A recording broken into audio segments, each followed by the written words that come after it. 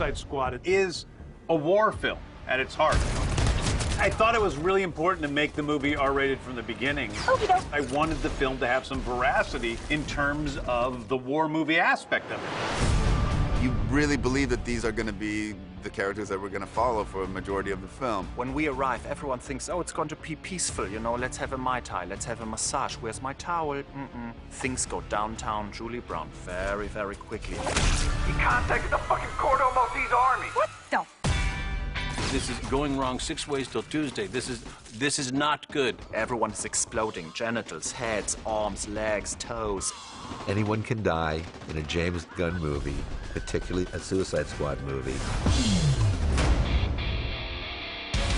We built an entire beach. It was the biggest set I think I've ever worked with in my life, and definitely the most complicated, interesting set. They built a beach in Atlanta with real palm trees, with waves. I mean, it's just mental. They have, I think, at least $300 to spend on all of the production design. It shows. I think we were all mind blown somewhat when we first stepped down there. It was totally bizarre and cool. We had all the conveniences of shooting on a back lot, and then all the beauty of shooting on a beach. The beach had quite a bit of pyrotechnic work. We had the ambush, so we had a lot of bullet hits, missile hits, we had fire. I felt like I was in a war zone. There's explosions going off around you, and those little...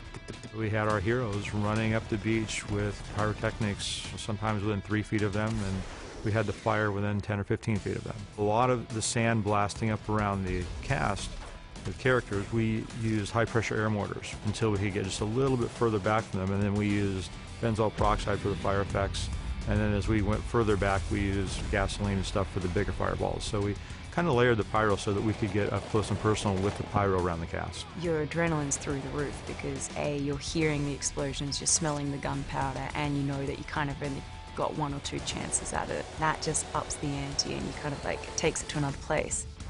This is a movie about a bunch of sad sack soldiers. These are crappy supervillains in the DC universe, and they're set out to war, and I wanted to see that in action.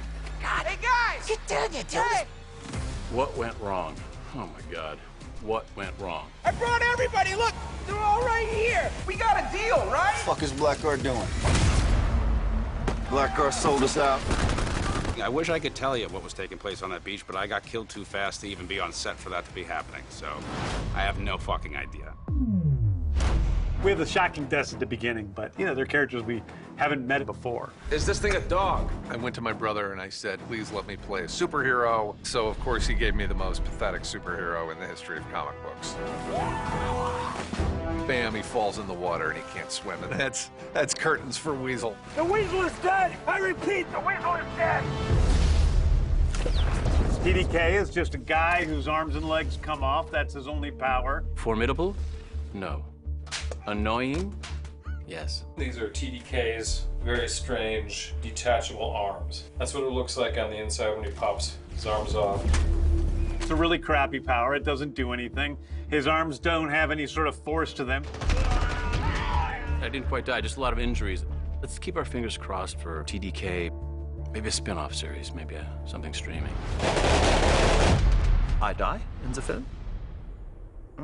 All I can remember now is I proposed to Harley, then we have a very nice, like, small honeymoon, and then instead of a ring, I give her a javelin, and then I think the film is over. What the heck? And then we have Boomer, who's pretty shocking. There's a big sequence where a chopper crashes and kind of goes into trees. But then when it comes down to these trees, it shoves all that shit into your face. Okay. I eat a bunch of the splinters in my face and my body, and seeing them recreate that with special effects was really cool. That helicopter sequence involves several different bits. The interactive elements of the helicopter blades hitting the trees as it's crashing. We went out there and we rigged every tree, and we fired that sequentially so that we could blow the tops off of all the trees, synced up with camera and lighting to simulate the helicopter hitting the trees. Mongal decides to be the hero. I got the bird! And takes out the chopper. She jumps on the helicopter and doesn't realize how heavy she is. And then it just kind of goes out of control and spins, and yeah, and then poor Boomer's in the way. We did an interactive explosion on the beach, and then we placed a burning helicopter buck there to represent the helicopter. I think there are definitely some Boomerang fans that are going to be upset when they see the opening of the movie. This is your last chance. Turn back around. I love my ending in this film. It's like spectacular. Blowing up Rooker's head is a great joy to me. I've killed Michael Rooker in many of my movies. I look forward to killing him in many more, and in awful ways. We made 1 billion Michael Rooker heads that week. Actually, part of the hard part was we had this fake body in the water with an arm that, you know, sort of swims, and then a head that explodes. This is a post-explosion that we're going to shoot with. We'll dress this with fresh, sort of lovely things.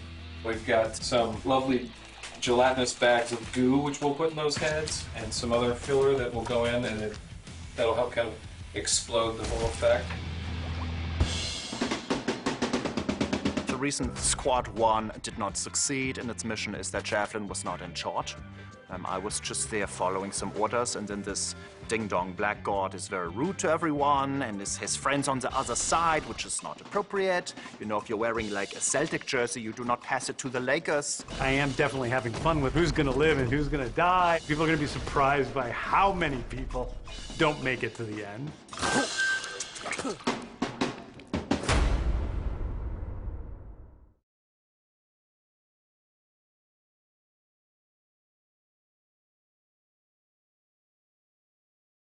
So the first little sequence I have completely worked out. We open up in the cellar, pulling back from her as she comes out with the machine gun. James Gunn is the perfect choice to direct this film. Boom, boom, that's good. Boom, that's good. If you're gonna do a comic book movie, he's definitely the guy you would want. Bam, and then we can cut to this. When it comes to comic books, I don't know that there's a bigger fan than James Gunn. Okay, great, let's do it again. Reading his script, you could see that and you could feel that, and so it's nice to know that you're in good hands. This is great. I'm an enormous comic book fan. I also know how silly they are. To create a movie like Suicide Squad, which gives these silly things the sort of reverence and love that they deserve, treating all of this nonsense as if it was absolutely real. That, to me, is the secret of the Suicide Squad, and that's what makes it fun to make. Bam, bam, bam, bam, bam, bam. That's a lot of killing. Describing my brother James's style is not easy. In some ways, it almost feels like a Christmas tree. It's got this strong trunk of story, but then all these lovely and weird ornaments all over the tree that kind of draw our attention away. But it's really the story that's holding the whole thing together. Cut! Great. Cut. Thank you, guys. Suicide Squad was exceptionally exciting to me because I was emboldened by Warner Brothers' faith in me to do whatever we wanted with this movie. Telling the story in the sort of outlandish way that we tell it, killing whatever characters we wanted to kill. One of the things I said, well, it needs to be R-rated. It is a war film at its heart. Give us a beat to aim a gun in case something's coming. Okay, action! He's this force of nature when it comes to filmmaking, and one of his great gifts is his ability to make the irredeemable character someone worthy of redemption. All of you guys had to move together right with him. Yeah. When I was trying to figure out what characters I was going to put in the movie, you know, you type in dumbest supervillains. Polka Dot Man is at the top of that list. You make it seem like they just opened when I did this, because otherwise I'd have to pop them. I'm like, if we can make Polka Dot Man work, then the movie will work. It's the magic of movies. The fact that he can take a group of folks that I don't know or care about and make me know and care about them is extremely impressive. That's the mark of a good storyteller. Some good Easter eggs here. Double Down peels playing cards off his face and throws them at people. Of course, Calendar Man. Gunn. Monday, Tuesday, Wednesday, Thursday, Friday. I'm always interested in tales of people who have not lived their best lives and have an opportunity to perhaps become something better. I'm a motherfucking super... His writing, it's always full of surprises. You lean into the movie because you just don't know where it's going to go. Action. Hey! Dubois. Hey, Flag. Working with James is always challenging. He writes huge scripts with a lot of big explosions, battle sequences, James doesn't like to do anything that's easy. So, like, easy's not in the book of James Gunn filmmaking. This movie has more practical effects than all the other movies I've worked on combined. Pretty happy with that. It has more practical sets than all of the movies I've ever worked on combined, both on location and the gigantic, enormous sets that Beth Mickle has built. Then we cut to him shooting.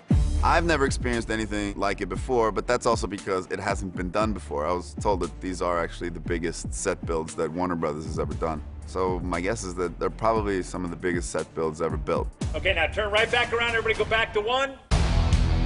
We shot in Panama. The city of Cologne is brightly colorful and beautiful, but it's also very dirty and gritty, and I think this was something that matched the aesthetic of the film very well. Gracias. Panama was amazing. I remember thinking it's just going to look wicked on screen. Everywhere you looked, it was incredible architecture and beautiful colors. And it was hot too, which I think adds something, that kind of vibe. Shooting this giant battle with hundreds of people in the Starro masks, and it was a real difficult shoot, but also a pretty joyous one. I really enjoyed watching how he works. You know, watching his other films, you kind of sit there and go, how did they do that? You're just gonna walk forward and shoot the fuck out of him. And then when you're in a film with someone like James Gunn, you're sort of watching a master at work. Play it from the top, will you? It's amazing. It's amazing. The slow-mo hero walk, they're playing the music that's going to be playing in the movie while you're walking. It's too much fun. Music is incredibly important, and we play it on set, and that guides the scene. Playback and action. It's really cool. It makes you step into the world on the other side of the edit. You're kind of seeing the movie while you're in it. Cut! God. James has a very 1930s style of directing at times, where he has a microphone. He goes, now do it like this. Now you're angry. Less angry. Go to grab it and pretend like you're gonna do it, but don't do it. He's sort of right there with you in the scene. You know, he interrupts and adds stuff, and you're changing the scene as you're filming it right then and there. Do you hear this? Yes, I hear you. Yeah, okay, well, I'd like you to go up the steps, and then the top of the steps, hand over thinker to Peacemaker. I love that. Thank you, fantastic. All right, picture. He never pulls the microphone away from his mouth, so you can hear him laughing. It sounds like God's laugh, because it's all around you. You know he's enjoying it. Okay, let's do it again from the top. People are genuinely having fun because he's fun. It starts from the top. Ready for work? Go kill some people. They do that every morning. James had very interesting ways to keep the mood light. Are you getting this? Yes, sir. You did a poor job. I agree, Tate. Maybe this time you could do a good job. Yep. As opposed to doing a shoot. I'm sucking so hard. I'm just happy to be here, you know. Participation medal. You're ruining my movie. Yes, yeah, I heard that as well. I didn't know if you said movie or movie, but it's movie. It was about the film. But seriously, yes. He does keep a fun set, but in actuality, it's a function of tons and tons and tons of preparation. Like most stuff I made by my own hands. One of my favorite high points of the movie was tightening these bolts on. It really is just all me. Remember when I bought that food dye and I created a computer program, put this tile in? That took a little while. James is pretty incredible at knowing exactly what he wants. That's interesting, because the behind the scenes, me knocking dust off Daniela's hair. And he's so prepared. We get all these individual shots. I think if you was to create like a cyborg, best, dopest human person to realize this film, it would be a James Gunn. Perfect. Cut. It really has been a dream come true for everybody involved to be able to make this movie in this manner with this group of people.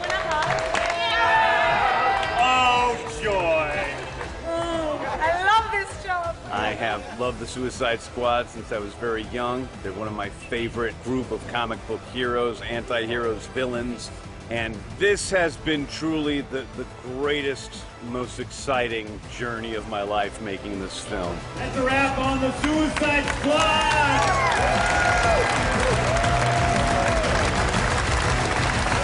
Thank you so much.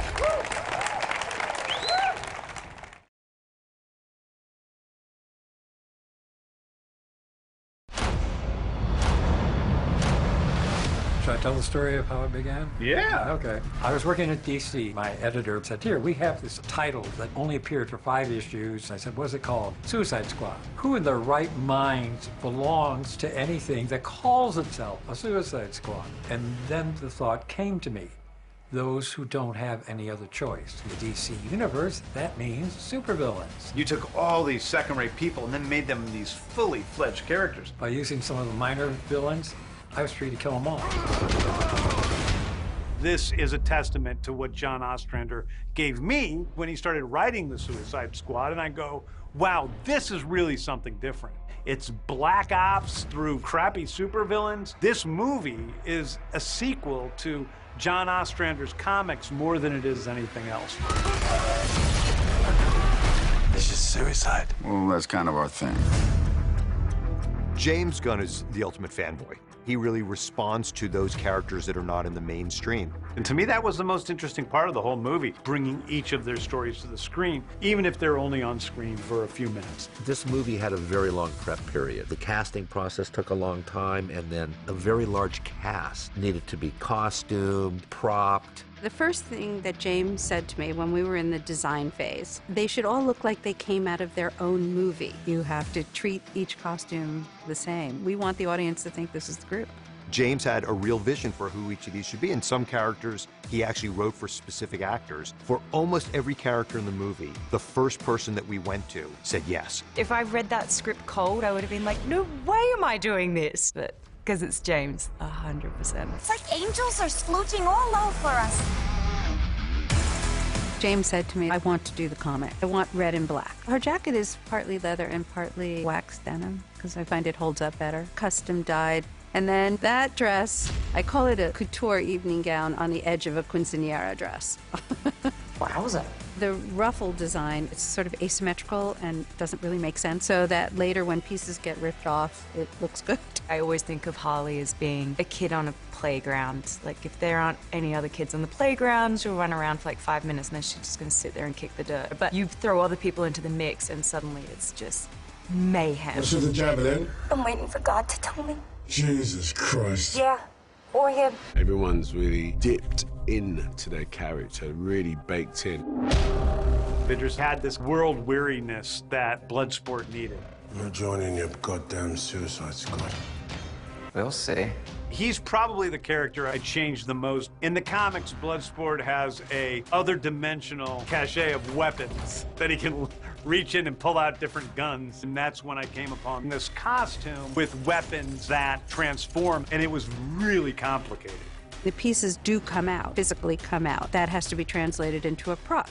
We'd have meetings with 8 or 10 of us. Juliana attacked it from the style of the final costume, and I did it from the style of the final prop, and worked our way backwards into what would fit. No one likes to show off. Unless what they're showing off is dope as fuck. Peacemaker. He's very socially awkward. Something as simple as the uniform hits on the head that this guy has validation problems. If you're doing covert ops, you wear something like Idris's character. You try not to be seen. This is a guy who wears a large fucking chrome helmet. Everything is red, white, blue, and yellow. This man genuinely thinks he's a hero and wants his Peacemaker logo on everything. The hardest thing in this movie really to design was that helmet, because in the comic it is so silly. And then when James said he wanted it chrome with reflections, but somehow it works. It's not a toilet seat, it's a beacon of freedom! James is pretty incredible at knowing exactly what he wants, but then he'd also know when the moment was to like leave room to create. James knew just roll the cameras and let them go. Flula is obviously an incredible improvisational comedian. There is so much bonding that occurs on the Osprey between all of the team members. There was chemical bonding between Harley and I. Our pheromones were exchanged. What? And between TDK and I, we cut this out of the film. I punched him directly in the testicles. There is a character named Javelin. Yeah, he throws a javelin. That's his whole thing. I actually did create TDK for the movie. TDK is just a guy whose arms and legs come off. That's his only power. His arms start to fly and cross you. Jared, look at Jared. That's his arms flying. In my mind, TDK, he got his arms into a bank, trying to get into cash drawers and whatnot, and he couldn't get his arms out. Not too bright? Fantastic costume. What's your name, man? My name is Blackguard. Black who? Blackguard, the original character, has a really long purple ponytail, so I'm just kind of relieved that I don't have to do that.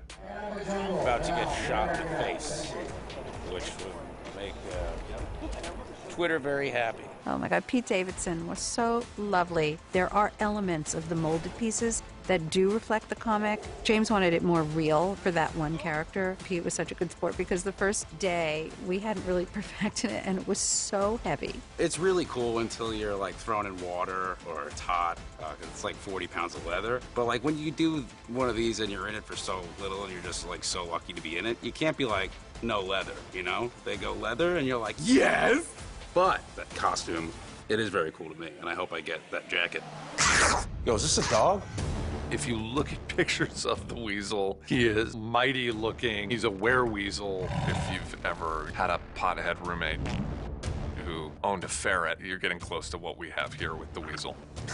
My brother Sean does some great work. People fall in love with him, as disgusting as he is. Is this thing a dog? I'm gonna go with Afghan Hound. Since when is an Afghan hand have bloody thumbs? Boomerang was always a little bit of a controversial character. Some of the stuff in the comics, it was just an opportunity to bring some of those elements back in that lit something up in me, you know? Always saying the wrong thing and being a bit of a disaster personally, and there's a chaos that creates. Michael Rooker is a price I pay to make movies in Hollywood. I've got to put him in all of my movies. Harder! Harder! God, that was awesome. Thank you. He was talking? Putting him in the long white wig was especially fun. I was just wanting to work with Gunn again. The crazy, nutty experience, and I'm not sure what causes me to want to be abused in such a way, but let's do it again. Why not? I'm sure she's not dead. She's too powerful for that. Mongal, that's her name, because she's a gal. I am applied with like prosthetics and glue from head to toe. Full orange scaled skin. All of this hair that goes down to my bum, that's all wrapped into a ball cap. Prosthetics put on, then the spray paint, sealant glue. She definitely stands out.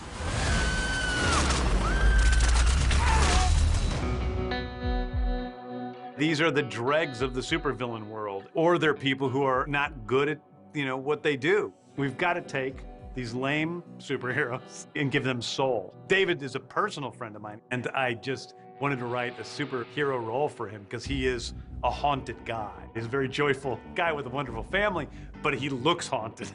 And he's scary. When I was starting to read the script, it was really meaningful. It's an interdimensional virus. They stare at him. I have a skin condition that leaves me without pigment on large splotches across my body. And as a kid and a teenager, I felt really insecure about my polka dots. That was one of the nicknames that I had as a kid. I was like, James, does he know that I was really embarrassed about having polka dots all over my skin? And he said he didn't even know. When he put the helmet with the goggles on, because all of that is custom created, that is nothing bought. In the gauntlets, it has a lever, almost like a Venetian blind. He can do it himself, so the lever's open. I've never seen anyone, he almost started to cry. I'm a guy who has been reading and collecting comic books for the majority of my life, but this is the first time that I put on a superhero costume. It was a pretty emotional, incredible moment.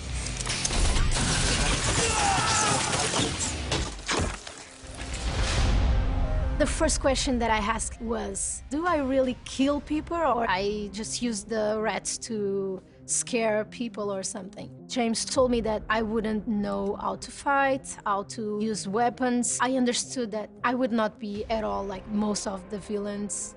I would be more laid back. No, I don't like bugs, but I don't want him to be dead. She brings so much heart and soul to this. I'm gonna get you out of here alive. I'm going to get you out of here alive.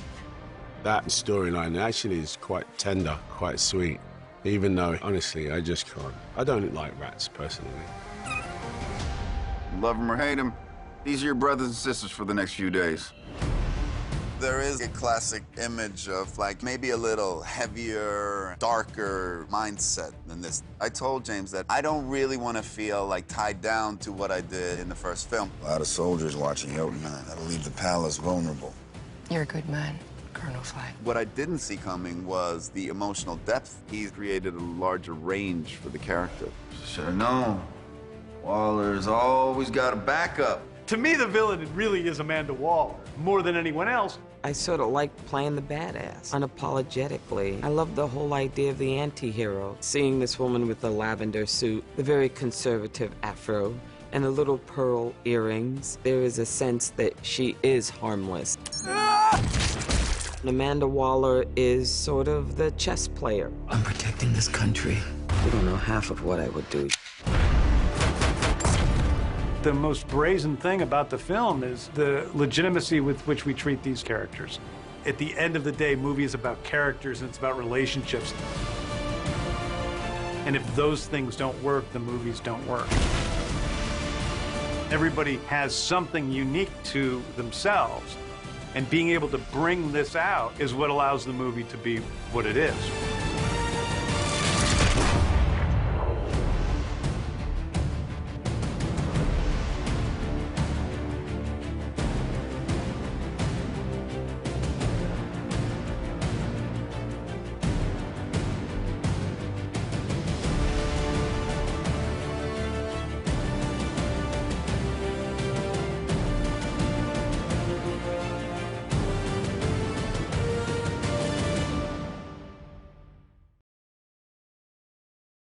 Fake clap.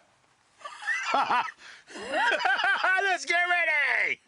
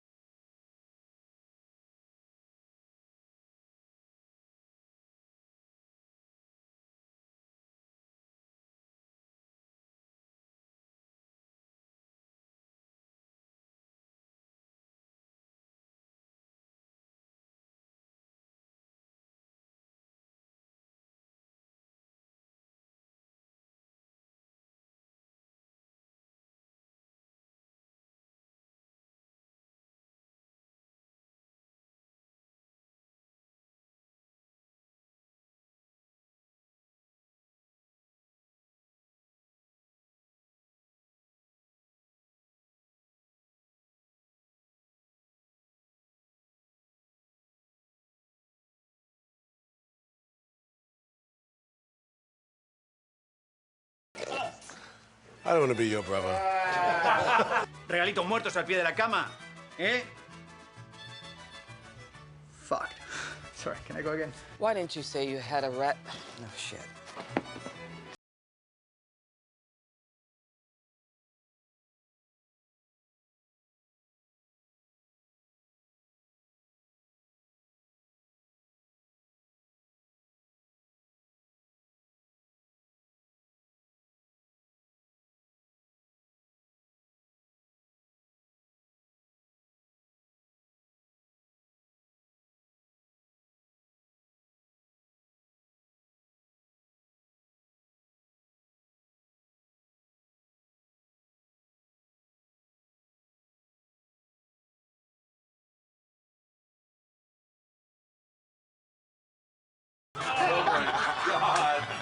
Yeah, that's a dick.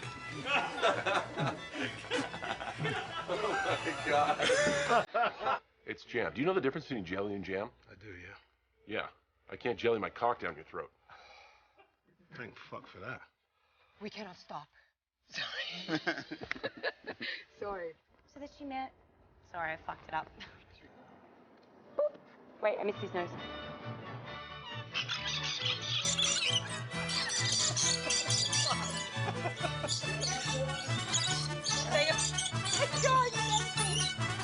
Ow! Yes, excellent. Yeah, he's good. Just walking in the sunshine with my buddy, little buddy. Each day's a holiday when buddy's near. That's my buddy and me.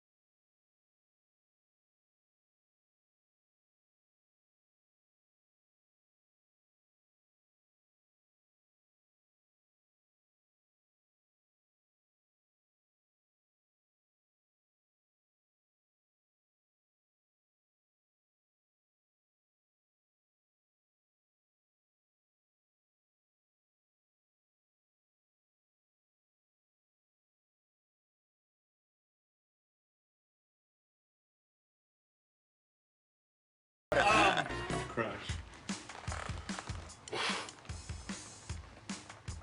You say cry? I said crouch. I said crouch. Oh, sorry. Isabella!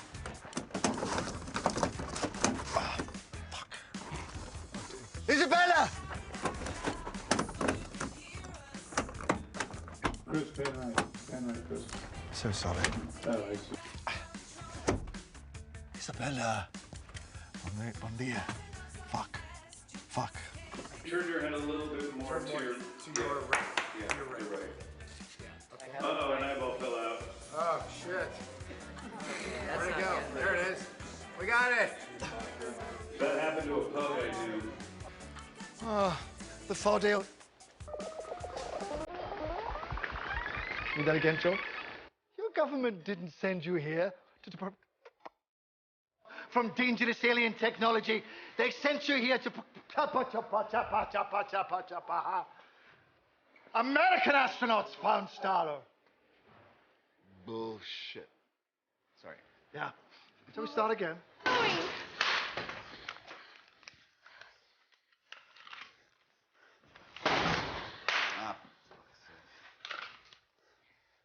Can we do it again? Maybe I'll just put the... Let me get through the whole line here, Lars. Lars booms prematurely. That's we all know that now. We know that now.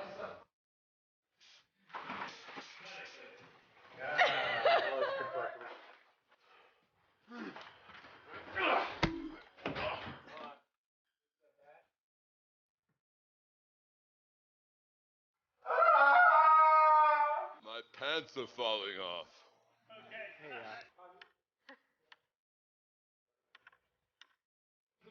Sorry. All right. You ready? Ready. Is that right? For the moment.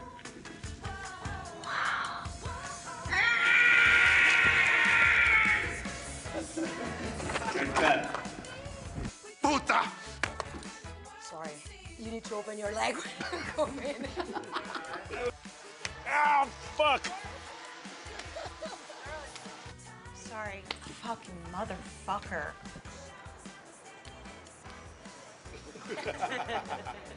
Woo!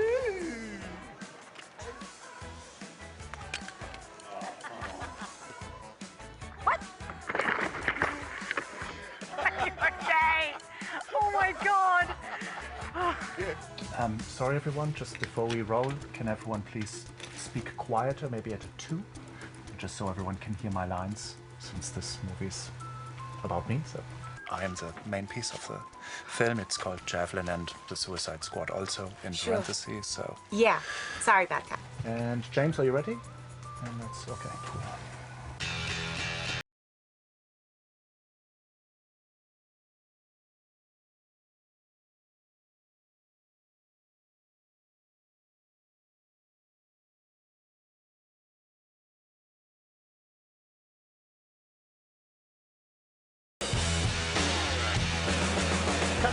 I think that was good for me. Anyone else? Cool, all right, and let's move on. Very good. Cool, moving on.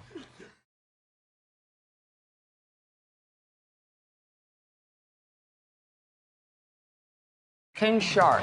Some people claim that Nanawe is a descendant of an ancient shark god. Be a mite careful. He's strong and deadly. He's developed a taste for human meat. Nom nom. King Shark is a giant walking shark who is put into this group, and some of the other characters try to find something good within him. But he's really just looking to eat things. Hungry! And that's his basic drive. I'm a little surprised people find him utterly adorable. He's got a small head, he's got little tiny eyes, he's basically not built in terms of what our brains find as cute. Quit being a play baby. Peacemaker! Once I saw it on screen, I was like, oh my god, King Shark is adorable. He's so cute. I don't think that's what James is going for, but I find him really cute too. He's a fish. He's looking around at stuff. He's not a mammal. Doesn't have nipples. Steve Agee is an important part of building the character of King Shark. James was like, well, we need somebody tall. And I was like, oh, thank God, I think I'm James' tallest friends. There are some versions of him where he's like 15 or 20 feet tall. When I finally saw the artist renderings for this, I was like, oh my God, he's literally just maybe a few inches taller than me, a little bit longer of a nose. Just a little bit. I normally use motion reference as opposed to motion capture with most of the anthropomorphic creatures because they are not really the shape of the people that we're creating them from. So we use Steve, we photograph Steve, and we see exactly how he's moving and what he's doing, and the animators are able to use that as much or as little as it is of use to us. On set, that was Steve just wearing a grey suit and like a weird thing on his head, which you get used to weirdly quickly. Cut. We helped visual effects manufacture the helmet piece that was the size of the King Shark in the body. We've built some feet that are King Shark's feet that you can put water on and track and make his King Shark footprint. So it's more of helping visual effects get some tools they can use on set to give the volume of King Shark so when he's around other people and things, they kind of know what he's going to look like. This is called a displacement suit, so they have an idea of the space that King Shark is actually taking up. I call it living hell. It's like a giant girdle / sauna. It's movie magic, right? It's just this big, misshapen chest piece. And then I wear a little bicycle helmet with the piece of wood so that little ping pong balls so people know to look up there. Nanawe. Head. Yes, Nanawe, very good. Peter Capaldi said I look like a kidney stone. It's been weird, but it's been really fun. King Shark is not very expressive. His face is not malleable. He's pretty simple in that respect, and I wanted to keep him simple. So it's mostly through his body and the way he moves, and that is what Steve Agee set down, that sort of lumbering, slow. Oh, yep.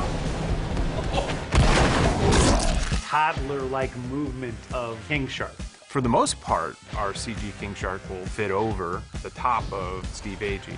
But we do always shoot a take or two without him in there, in case we want to completely change what he was doing. Bird. Very King Shark of you. Bird. King Shark has a different sized chest, so you need to believe that the voice that comes out of it is what it is, and I thought that Sly was perfect for that.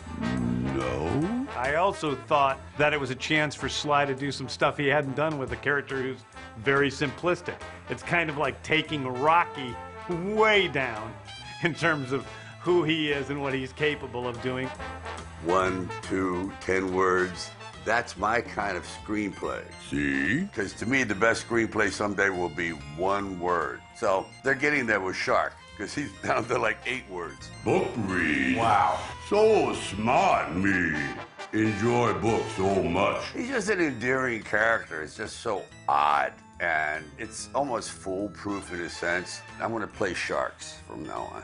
It's very hard because even though I wrote it for Sly, we weren't always sure we were going to use Sly. I had 100 people audition for King Shark, and it just didn't seem to come to life until Sly's voice was in there. And then all of a sudden, I'm like, that's the guy. That's King Shark. Friend. And the voice brought the animation to life. I wear disguise. And what kind of disguise? Fake mustache. You still look exactly like yourself. James loves his creatures, particularly the misunderstood ones, like King Shark. One of the big challenges is taking him from this, as he's introduced in the movie, he's kind of this big, dumb, lumbering character, but then at the end of the movie, it's like everybody loves him. I think for James, it's all about trying to figure out who King Shark is and capturing the charm, the ferocity of the character. It's our visual effects vendors, our visual effects department here, our special effects team here, our wardrobe here, all working together to bring King Shark to you live and real.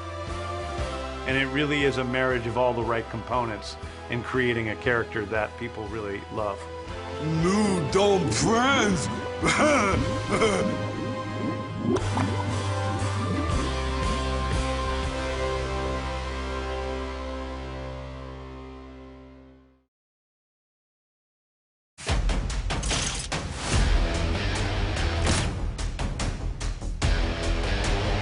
Give him a pissed off look like, are you fucking kidding me? You just shot across my face? Yeah, take your time with those beats, and we're gonna need to take it.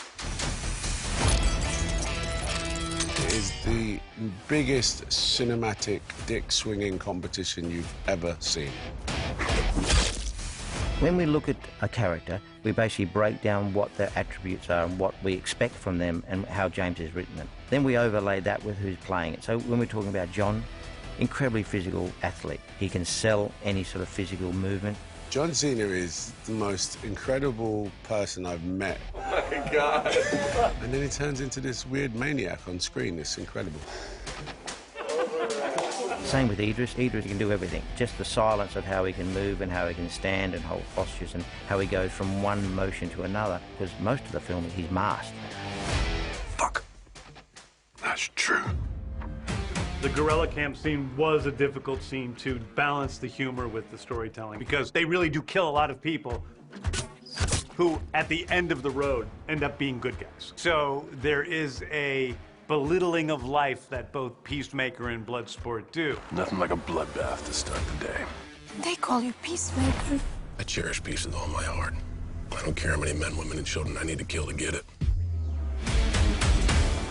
Once I started storyboarding it and really got those 2 tracking shots along the side of the gorilla camp and them sort of one-upping each other as they go along, killing the people, that's where it all came to life. This will eventually become the gorilla camp, and we're setting up our entire fight between Idris Elba's character and Peacemaker as they go through and plow down all these bad guys. We're sitting with some of these stunt actors trying to figure out exactly what the rhythm is going to be like, and we can flash forward to that and you can see that now.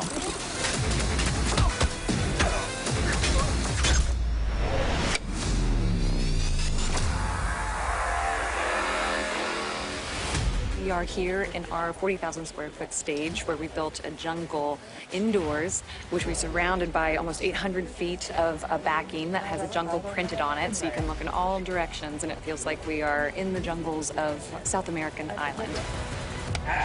When you walked, from the pavement outside into the space that was entering the stage, just the air It felt like you were out in the wild.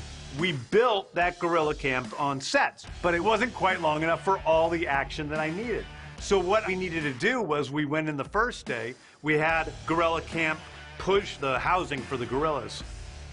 And we shot the first bit, went in the next day, moved that back, shot the next bit, and went in the next day and pulled it all the way back so there was enough room in the front of the set. And so we're actually just keep moving the set along through the forest, and it's sort of an illusion that it's all fitting in there in the way that it is.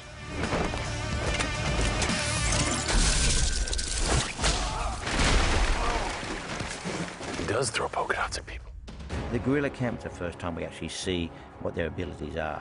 It was a really interesting choreography session with James in the sense that he wanted to show both elements of comedy within there. The first shot, when you're looking off, just take a beat, look together. This is the beginning of the big Western moment. Two heroes going into town. 2, 1, action!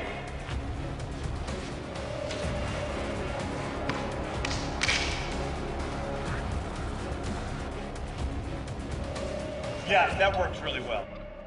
And so the idea was, how can we show as many of his weaponry in the one sequence and in one shot? I certainly was expecting a large franchise offering that's built around action, but a lot of it is fighting, which is something that I'm confident in saying that's in my skill set. So I ended up doing most all of it. You know, they're all really willing to go that extra mile for James, both because they can, but also because they're inspired to do it by his leadership. God, that was the best, right? Okay. You are able to see the unbridled power of what this group of individuals can do. It's not censored. You see how, at points, heartless these people are. It reminds you why we started in a prison. Between Bloodsport and Peacemaker, they're sort of both vying for that top position. It's just crazy what they do to try and up each other. A lot of what the movie is about, from Bloodsport's point of view at least, is what does it mean to be a man today? And he is toxic as hell. He is a guy who was brought up to have this mine's bigger than yours mentality about everything. If I can beat you up, I'm more of a man than you are. And that's what makes a man. You see the epitome of that journey in his face-off with Peacemaker in the gorilla camp. It looks cool, I think.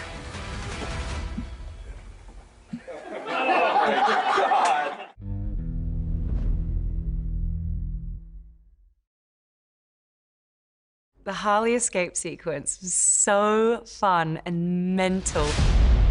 Do we have the window in here? Where is the window? Yep, right behind her. So it's behind her. So we see Harley look up. She's been faking. Bam! She grabs him around the neck. Cameras move. Most difficult stunt work I've done.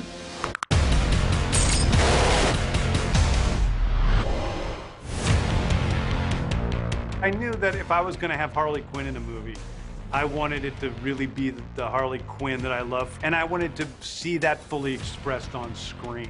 And I wanted to see her kick ass in a way like that she never had before. My action sequences need to have a build to it. The idea here is that she goes through 4 other areas, and every single one is a different action sequence. I feel like I've done a lot of stunt work at this point, but I was really nervous for that because there was just a lot to do. I think we shot it in like 4 days. This is a full journey for her in a span of a few minutes. And we're on her toes, and this is where everything needs to be worked out so perfectly in terms of her height, the way where she's hanging, how tall she is, how tall the guy is.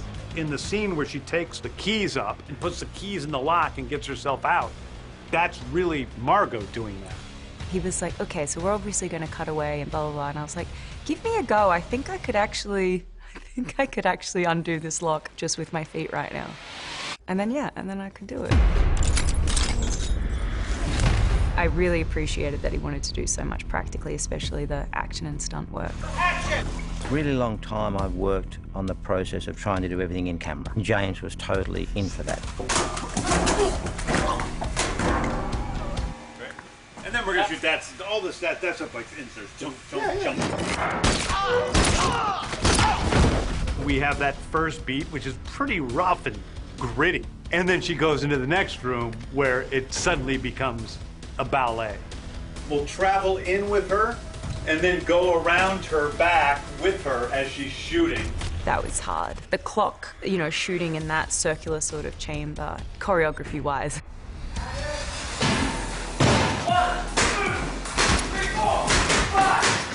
From that minute forward, it is a dance as much as it is an action sequence. Twirling, what we call the umbrellas of Cherbourg shot above her, where her dress is twirling as she's shooting. She was able to offer up changes. Do you want me to be slightly faster, slightly slower? And we were talking frames, you know, just fractions of a second. Keep twirling. Yeah. But then somehow have a little bit more stilted arms. You know what I mean? So as opposed to just going like this.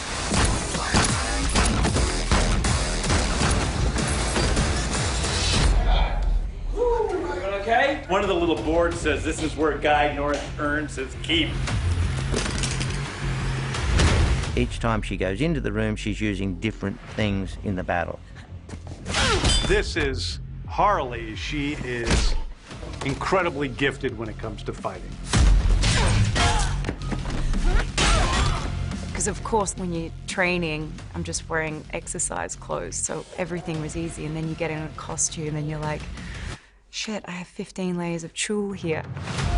So we were kind of trying to come up with ways to keep the dress long for when I'm spinning, because he wanted to do an overhead shot of that. But then also to do the stuff after that, we had to rip a bit of the skirt off, and then we incorporated that into the fight. Starts with the fight choreography. I go in there after they do the fight choreography. I give notes. This. He's got to get up later. Yeah, he's standing up and then holding up his knife and staggering towards her, and then we'll be able to see what he's doing. We decide what shots we're going to use, then they add to it, then I come back again, we do more shots, more notes.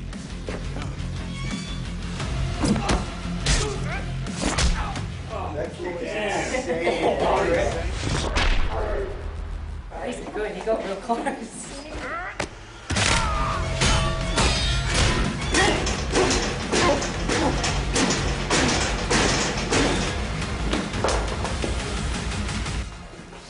And ouch. I do? I'm good. Holy shit, that was gnarly. And it ends with probably the most shocking moment in the movie, and something that we wondered about even, you know, putting in the movie, which is when she slits the guy's throat. You see on Margot's face that she's... The machine guns were like loud. Can't afford slow-mo. You know, just a moment of a slow-mo walk of her looking cool. Whoa. Drop. Yes.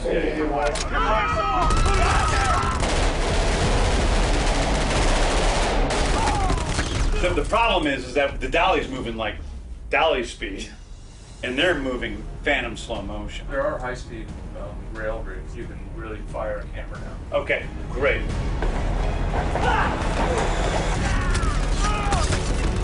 And then her walking forward and firing as all the flowers and unicorns and shit come out of her. She's seriously in a battle, and suddenly she sees her shiny javelin. So they're kind of like, should we fucking run, or what should we do? Why something feels more visceral, it often does come down to whether it was happening practically or not.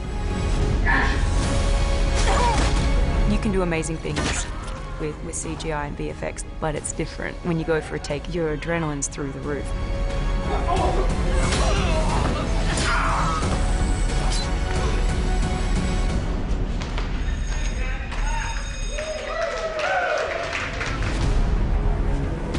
You peaked.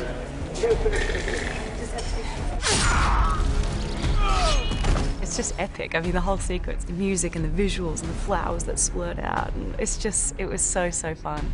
It's probably my favorite thing I've shot too, and I think it's worthy of Harley Quinn, and it's worthy of Margot, who can really do almost anything.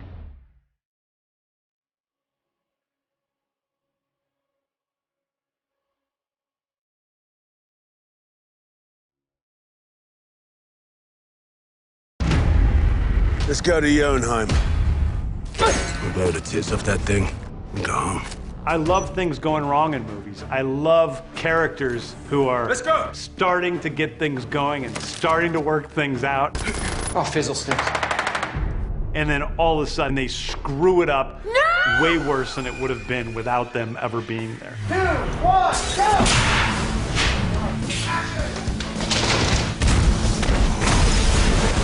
I remember writing that sequence and going, you're gonna hate yourself 6 months from now, because water is the biggest pain in the ass to work with on set. And I wanted to do it all practically. We didn't want to do it with visual effects. We really wanted the actors to be caught up in this river of water. We looked at the whole sequence and we go, okay, well, what can't we do? Clearly, wide shots of a building would be visual effects. But anything other than that, we try to figure out how, from a rigging sense and a design point of view, we can do it for real. Ready, and action! I mean, we shot that whole sequence in a real life sort of what it would feel like, you know, water and tilting sets. We built a set that could fill with water. Yeah, he's really freaking the fuck out.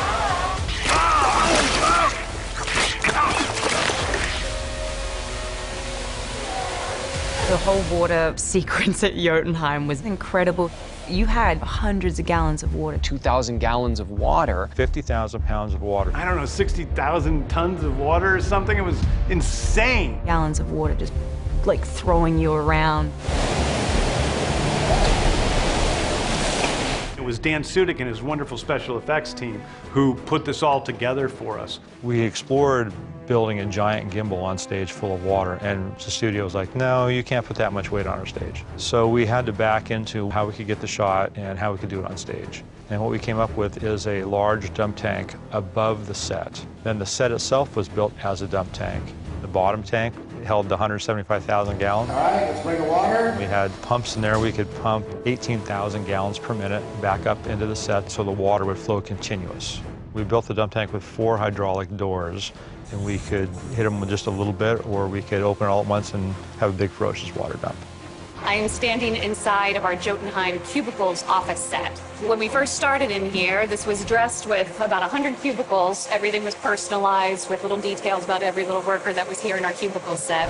Who's Milton? What? I don't remember any Milton. Fuck! And then after the shooting company did that scene and they left, we came and brought in these partition walls that run the entire length of the cubicle set to hold the water and keep it from expanding out and hitting all the sides of our stage. And 3, 2, 1, go!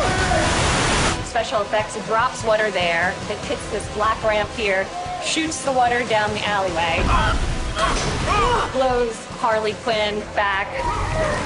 And then we rigged this back wall piece as a breakaway wall piece that special effects pulled out to let all the water go, and everybody rushes out and goes over the edge. Action!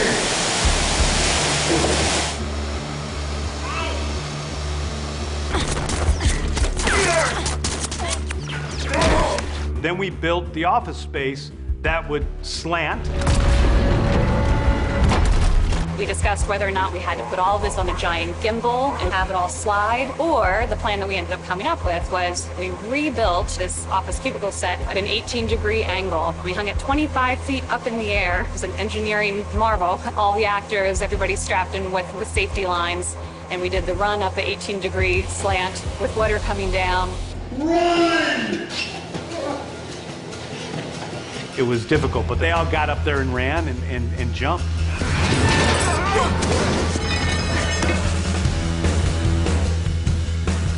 There are things like Xerox machines, paper cutters, water jugs, staplers, calendars with pictures of kittens on them, all bombarding their way towards me. Okay, cut. We ended up getting so much of this in camera so that visual effects has to do very little to actually complete the scene. I hope that people come up to me and say, wow, that was CGI, right? When you got slammed with water, or when you guys were hanging off that building, and I can't wait to be like, no, we did that. You know, everything was practical, like everything that you see on screen. That's how we shot it. It was a pain in the butt to shoot because you could only shoot a little piece, a little piece, a little piece, a little piece, and then it has to be built into this extraordinarily gigantic scene.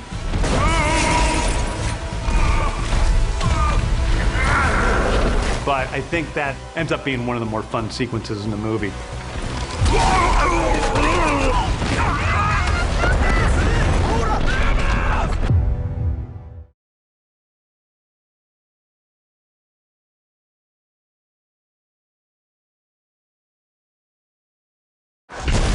Oh my God, Miss Waller! We've got a freaking kaiju up in this shit!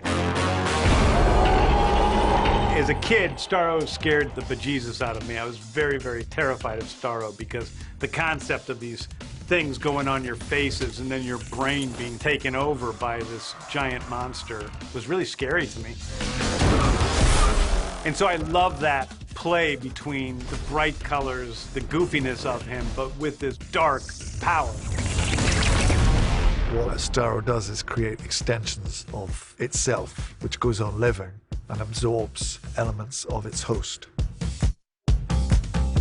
Starro was one of those things that when James pitched it, everybody was just like, holy shit, that's amazing. Starro the Conqueror, what a great visual. And James's take on it was something that was really original. It sounds ridiculous. You're like, I'm gonna make the monster, the bad guy in this movie, a starfish. It's this mutant thing that's from space and like this whole hive mind situation. On paper, it is crazy. Starro was obviously CGI. It was one of those things that on set, you're like, wait, where am I looking? How high up would Starro be? And James is like, yeah, looking on an iPad and being like, look higher. That is so cool.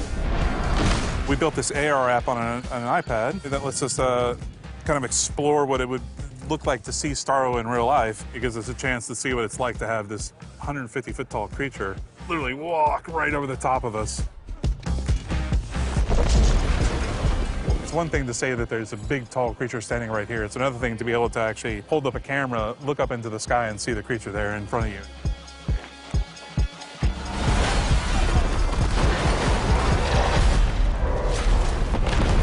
Starro was just out there in space, doing whatever he was doing. He was kind of kidnapped, if you like, by astronauts. Project Starfish. Brought to Earth and experimented on. It's been the primary focus of my experiments here for the past 30 years. He is a five-legged creature with no internal skeleton system, and it all becomes about, you know, how would that move? Well, I was pretty true to what the comics were, as opposed to sort of trying to get away from it and turn Starro gritty. I leaned into the color scheme, and he's utterly ridiculous looking. It's super fun. Couldn't ask for a more enjoyable subject matter from a concept artist standpoint.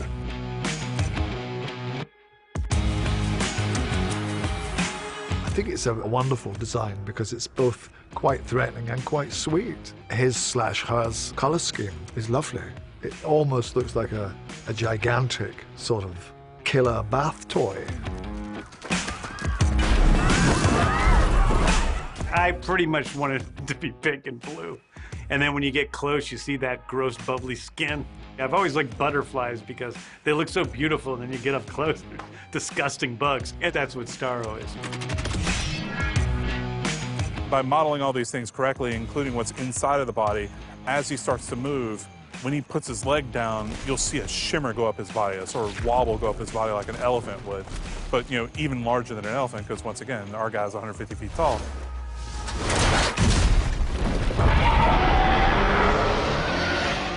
Right now I'm standing in the city of Cologne on Amador Guerrero Avenue, which is where we're going to have the giant battle that takes place between Starro the Conqueror and our Suicide Squad.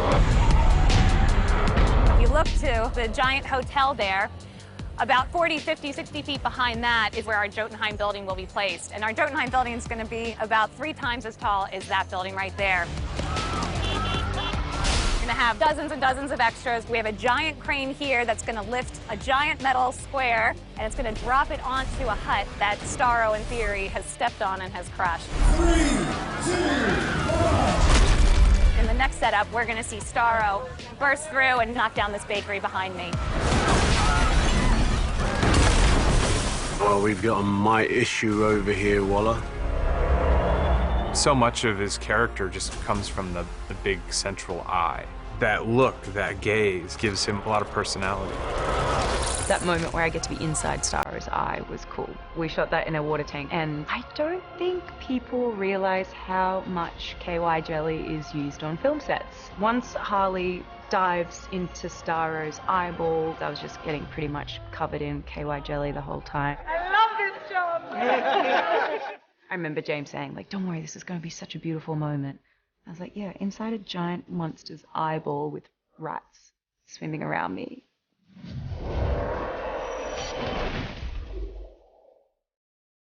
And he's like, yeah, it's going to be really beautiful and magical. And it was. That is a wrap.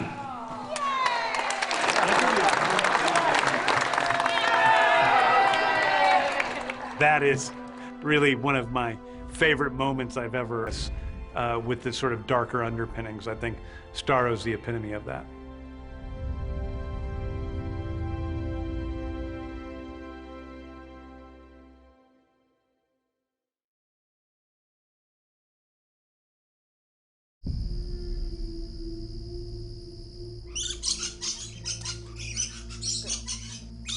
¿No son preciosos, Mateo? Estos mierditas cantan como conejos moribundos. Cogen como vecinos en serie. ¿A vos te gustan los colores brillantes, Silvio? ¿Pero por qué esa negatividad, hombre? En un momento de triunfo.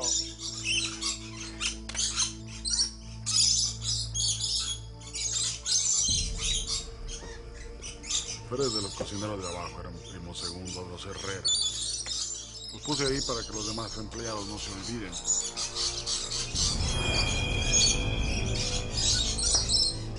¿Qué es un gato, Mateo? ¿Me tiene que dejar regalitos muertos al pie de la cama? No puedes seguir así, Mateo. Mal, sí. Mal. Presidente Luna. Sí. Encontramos algo. En Jotunheim.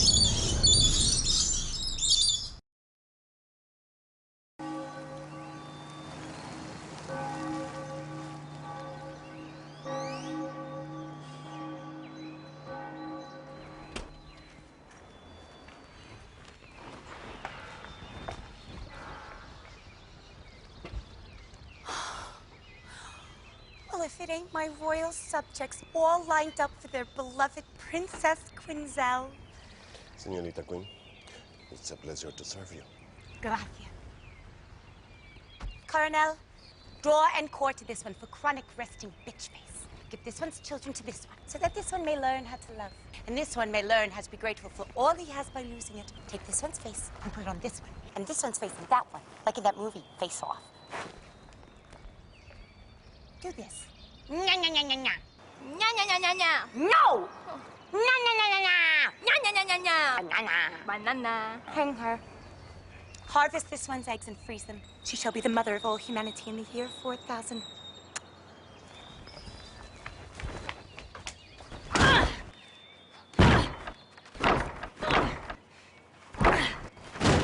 Señorita. Yeah. Halagos.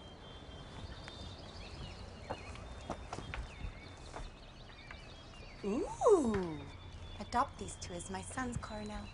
They shall have this palace upon my death. Wow! My mother said to count back again. 10, 9.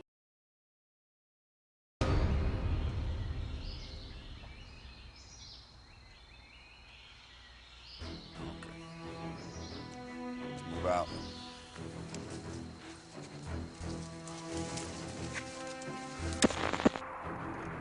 We're starting to lose connection. Oh, let him have that girl talk. What the fuck are you doing there, Flag? Seems like Wallace sent a group of us as a diversion, so your team could get through. So what, she sacrificed her own troops? Task Force X is always disposable to Waller. How about you? Why? I don't know for sure, but I think I have an idea. It's on your shirt, Waller. Looks like a gang of clowns just shit all over you. A gang of clowns! Oh my God! Flag! Did you hear what he said? Your face right now, Waller! All right, so let me get this straight. She sent you to your death because you took the piss out of her blouse. Yeah, you don't know Amanda Waller. Yeah. Seems like I'm getting to.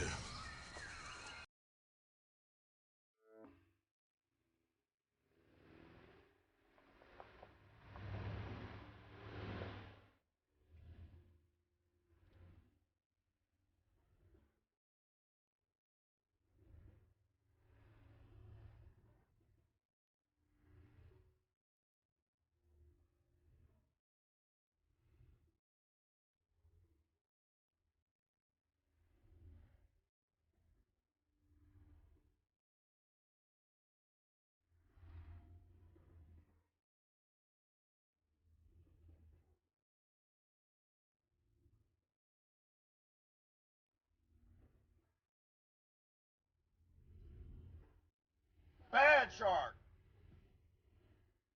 Get down. Waller, come in. Waller, do you copy?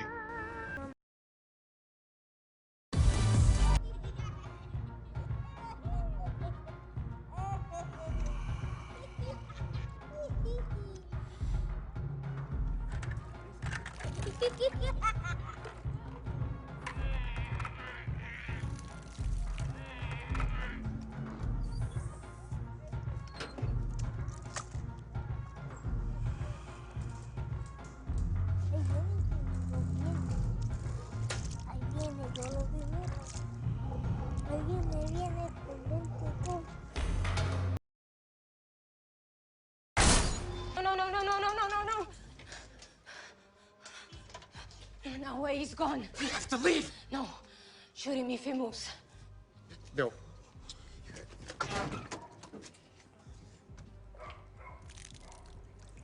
I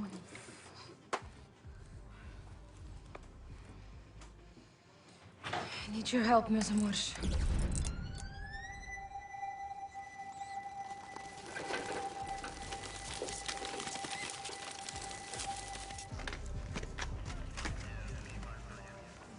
What's the plan? I only worked out the first part. What is it? Getting caught. What? Sal del medio!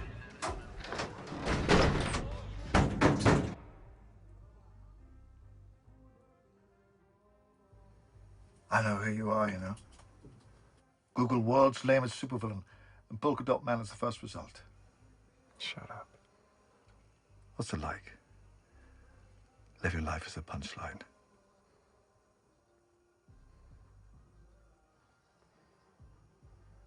I know the stories.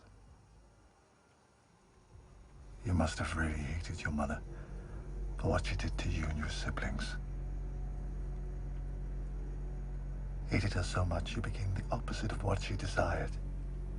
A supervillain. You hated your mother so much. You killed her, yes?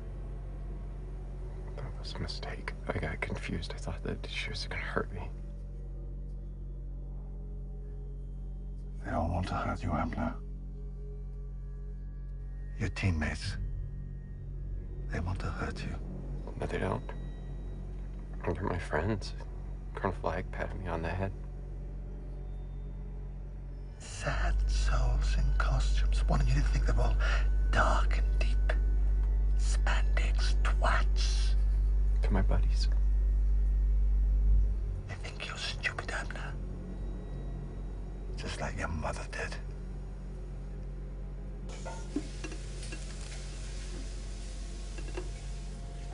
¡Rata sucia!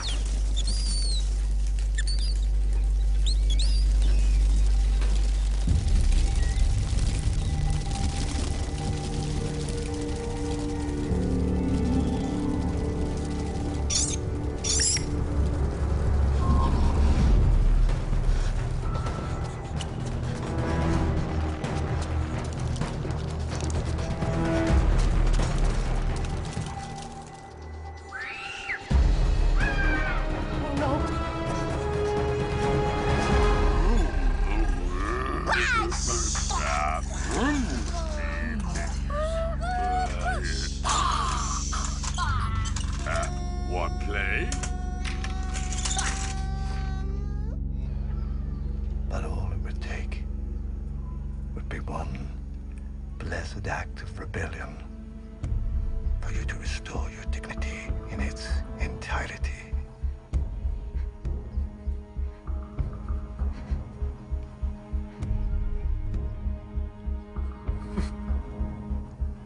Yes, Elba. Hand me the cup.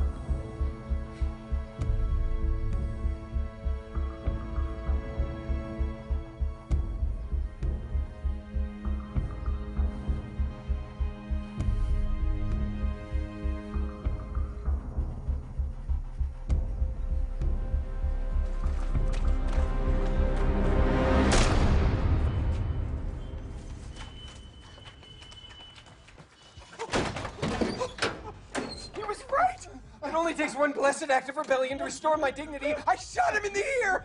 You maniac! Oh my God.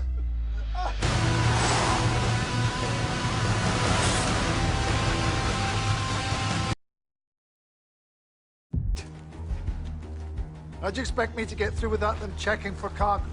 Be a goddamn thinker. Think your way in.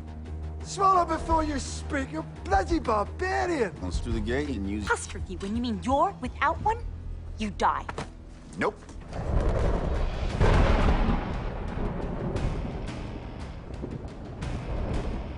Truenos un domingo. Significa que alguien que amas se va a morir.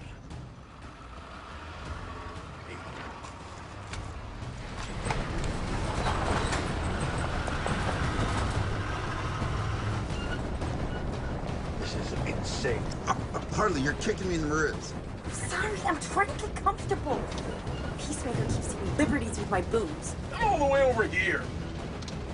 Oh. Is there a bathroom on the way? I always have to poo before a mission. Would you guys shut the fuck up? We're almost there, okay?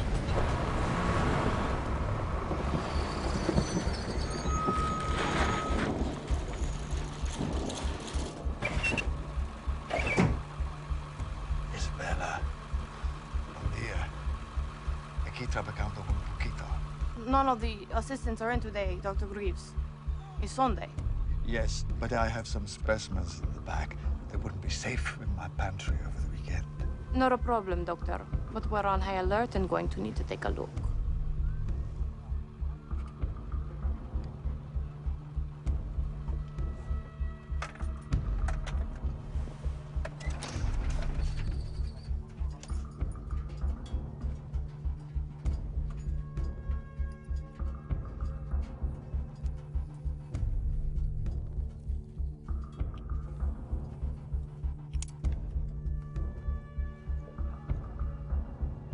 Isabella! I just want you to be very, very careful, please. I don't want you to be hurt. Hurt?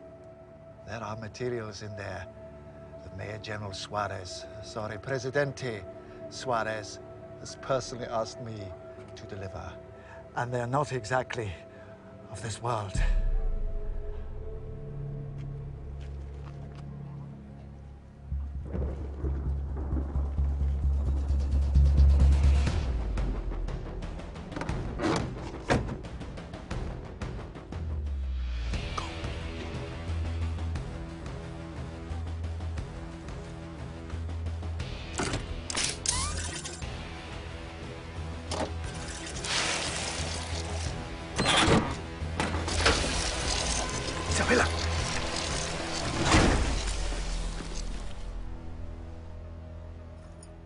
On second thought, it would probably be foolish to disturb your materials. And we don't want to take more time out of your day that could be spent making our nation stronger. Yes?